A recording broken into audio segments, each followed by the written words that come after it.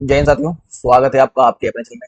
तो साथियों, इस वीडियो में हम देखेंगे कुछ ऐसे प्रश्न जो कि यहाँ पर अ, सामान्य विज्ञान से रिलेटेड प्रश्न है।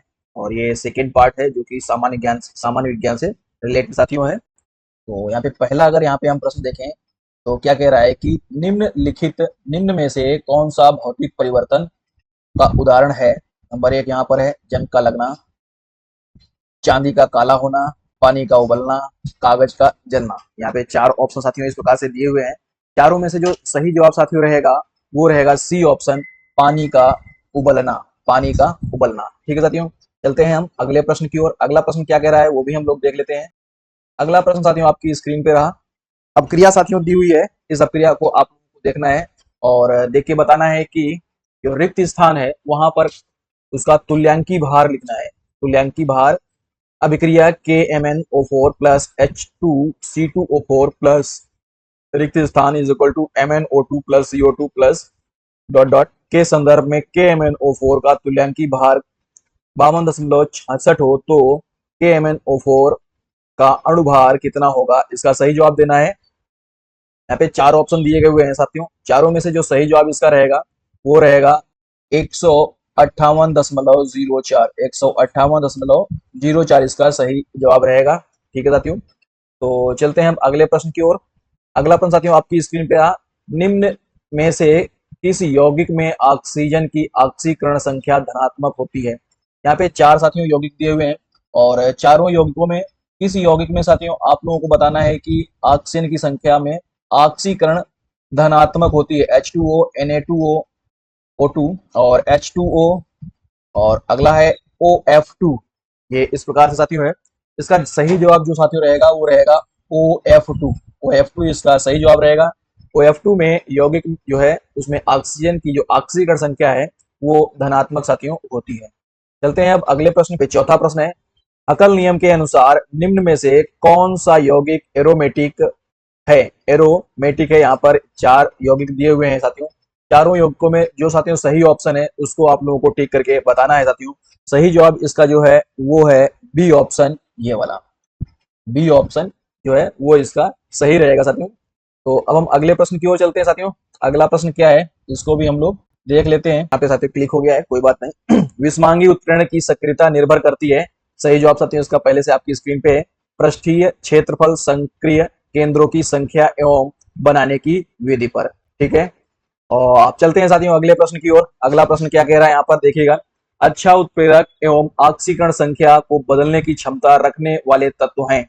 संक्रमण तत्व, नोबल गैस, क्षारीय धातु या ये सभी। ये सभी इसका जो सही जवाब साथियों रहेगा वो आपकी स्क्रीन पे है, संक्रमण तत्व। संक्रमण तत्व। ठीक है, अगला प्रश्न सातवां प्रश्न है, क्रोमियम का सही इलेक्ट्रॉनिक विन्यास क्या है। साथियों क्रोमियम का जो प्रतीक होता है वो होता है Cr और इसका इलेक्ट्रॉनिक विन्यास साथियों हमको बताना है। इलेक्ट्रॉनिक विन्यास इसका जो रहेगा वो है बी ऑप्शन, 3D5 4S1। ठीक है, ये इसका सही जवाब रहेगा।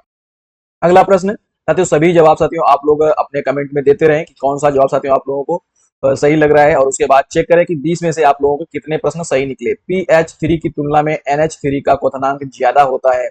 PH3 की तुलना में NH3 का क्वथनांक ज्यादा होता है क्योंकि NH3 का आणविक द्रव्यमान ज्यादा होता है। NH3 में अम्ब्रेला अम्ब्रेला इन्वर्सन होता है। NH3 में हाइड्रोजन बंध के कारण, NH3 में आयनिक बंध के कारण होता है, जबकि PH3 में सहसंयोजक बंध होते हैं। यह चार ऑप्शन साथियों थे। चारों में से जो सही जवाब रहेगा वो रहेगा NH3 में हाइड्रोजन बंध के कारण। अगला प्रश्न है साथियों आपकी स्क्रीन पे है, निम्न में से कौन सा भौतिक परिवर्तन है। निम्न में कौन सा भौतिक परिवर्तन है। कागज का फटना, पेड़ को काटना सॉरी, जल का बर्फ बनना या दिए गए सभी विकल्प। साथियों जो यहाँ पे कागज का फटना, पेड़ का काटना, जल का परिवर्तन, ये सभी भौतिक परिवर्तन है। इस प्रकार से हमारा जो चौथा ऑप्शन है वो सही रहेगा। स्टार्च आयोडाइड पत्र का उपयोग किया जाता है किसी ऑक्सीकारक के अभिज्ञान के लिए, किसी उपचायक के अभिज्ञान के लिए, I2 के अभिविज्ञान के लिए या स्टार्च के अभिज्ञान के लिए। साथियों ये हमारा इसका जो सही जवाब रहेगा वो रहेगा ए ऑप्शन, किसी ऑक्सीकारक के अभिज्ञान के लिए। चूने के पानी में कार्बन डाइऑक्साइड अर्थात CO2 प्रवाहित करने पर चूने का पानी हो जाता है दूधिया, चांदी के रंग का, चमकीला या फिर सुनहरा पीला। 11वां प्रश्न है, तो इसका सही जवाब रहेगा दूधिया, दूधिया। ठीक है। जब रासायनिक अभिक्रिया में उत्प्रेरक प्रयुक्त किया जाता है तब 4 ऑप्शन, उत्पाद की मात्रा प्रभावित होती है, संकीर्ण ऊर्जा प्रभावित होती है, सबस्ट्रेट की मात्रा प्रभावित होती है, या फिर अभिक्रिया की तापीय धारिता प्रभावित होती है। ये 4 ऑप्शन साथियों हैं। चारों में से जो सही जवाब रहेगा वो रहेगा बी ऑप्शन। बी ऑप्शन साथियों इसका सही जवाब रहेगा। निम्नलिखित किस प्रक्रिया के दौरान हैबर प्रक्रिया में अमोनिया और लोहा की सतह के बीच बंध कमजोर पड़ जाता है एवं टूटता है। साथियों ये सभी प्रश्न जो हैं वो आपकी परीक्षाओं में पूछे जा चुके हैं। ठीक है। तो यहाँ पे अधिशोषण, रसोवशोषण, आ व बा दोनों, मतलब ए या बी दोनों, या विशोषण, यहाँ पे ये 4 जवाब साथियों हैं। चारों में से जो सही जवाब रहेगा वो रहेगा विशोषण, विशोषण। ठीक है साथियों। अगला प्रश्न, जब आवर्त सारणी में ऊपर से नीचे की ओर जाते हैं तो क्षार धातुओं का आकार होता है। 4 विकल्प, बढ़ता है, कम होता है, कोई परिवर्तन नहीं होता है, या तो बढ़ता है या फिर कम होता है। ये 4 ऑप्शन थे। सही जवाब जो इसका रहेगा साथियों वो रहेगा ए ऑप्शन, बढ़ता है, बढ़ता है। यौगिक HCCH2CH का IUPAC नाम होगा। IUPAC नाम आप लोगों को बताना है। पेंट 1 4 आइन, पेंट 1 आइन 4 इन, पेंट 2 आइन 4 इन, या इसमें से कोई नहीं। ये 4 जवाब साथियों थे।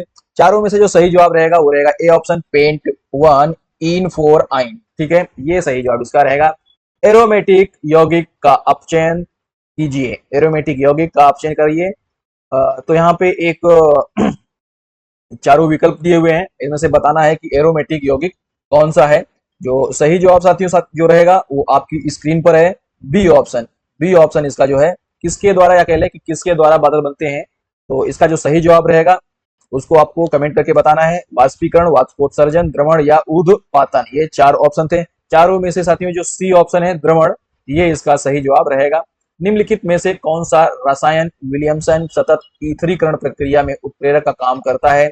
HCl, NaCl, KMnO4, H2SO4। यहाँ पे ये 4 ऑप्शन थे। चारों में से जो सही जवाब रहेगा वो रहेगा H2SO4, सल्फ्यूरिक अम्ल या सल्फ्यूरिक एसिड। साथियों HCl, NaCl, KMnO4 इनके रासायनिक नाम साथियों आप लोगों को यदि पता है तो कमेंट करके बताएं। अगला प्रश्न 19वां है, निम्नलिखित में से किसमें वृहत्तम बंध कोण पाया जाता है।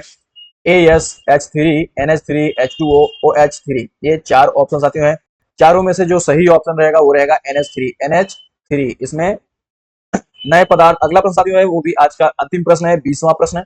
नए पदार्थ का विनिर्माण होता है कोयले के दहन में, एसीटोन के वाष्पन में, कपूर के ऊर्ध्वपातन में, मक्खन के पिघलने में। ये 4 ऑप्शन साथियों थे। चारों में से जो सही जवाब रहेगा वो रहेगा कोयले के दहन में। तो साथियों इस प्रकार से ये सभी प्रश्न यहाँ पे कंप्लीट होते हैं। आपको ये वीडियो कैसा लगा कमेंट करके जरूर बताएं। वीडियो को देखने के लिए बहुत बहुत धन्यवाद। जय हिंद, जय भारत, वंदे मातरम।